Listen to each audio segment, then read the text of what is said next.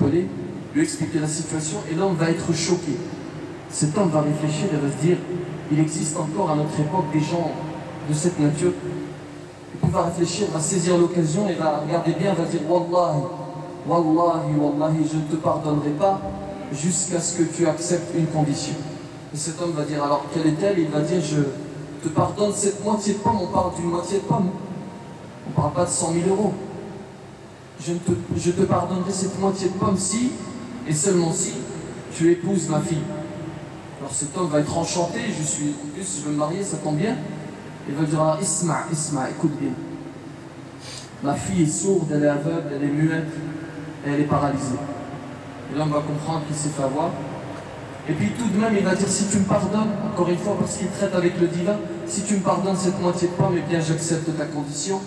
Il accepte, et le jour où il voit son épouse pour la première fois, il entre, et il dit, qu'est-ce que je dis? Est-ce que je dis salam alaykoum? Aqul salam alaykoum, la tasma'. Wa in sami'at la tastati' ar-radd. Même si elle entend, elle ne pourra pas répondre. Et puis il se dit, Allah tabaraka wa ta'ala nous dit, fasallimu ala anfusikum tahiyatan min 'indillahi mubarakatan tayyiba. Lorsque nous entrons dans une demeure, même si elle est vide, il faut se saluer soi-même. Et donc il dit salam alaykum wa rahmatullah, et il entend alaykum salam wa rahmatullah, et il comprend qu'elle n'est ni sourde ni muette. Ensuite, elle va se lever, venir vers lui, et il comprend qu'elle n'est ni paralysée ni aveugle. Et elle va dire, Wallahi, ton père m'a menti, il m'a dit que tu étais sourde, etc. Elle va dire, Wallahi, et regardez le résultat de Muraqaba, le résultat du fait qu'il a voulu honorer sa dette, et qu'il a voulu aller payer cette moitié de pomme. Regardez ce que Dieu lui a réservé. Cette femme va lui dire, je suis aveugle, je ne vois, je n'observe que ce qui plaît à Allah tabaraka wa ta'ala.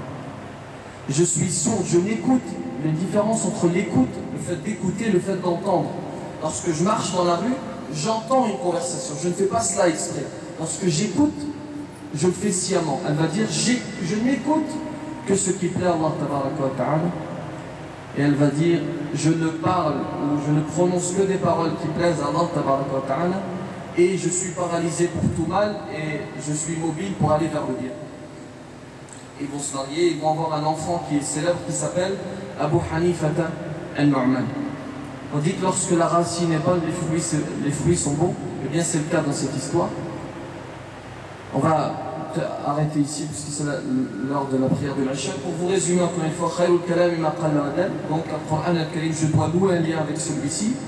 Je dois nouer ce lien pour ne pas faire partie de ces gens dont a parlé le prophète lorsqu'il s'est plaint et lorsqu'il a dit alors comment est-ce que je noue ce lien? Je le lis, je le comprends et surtout je l'applique. Wallahu ta'ala a'la wa a'lam wa ahkam wa barakallahu fikum ala husni al-istima'.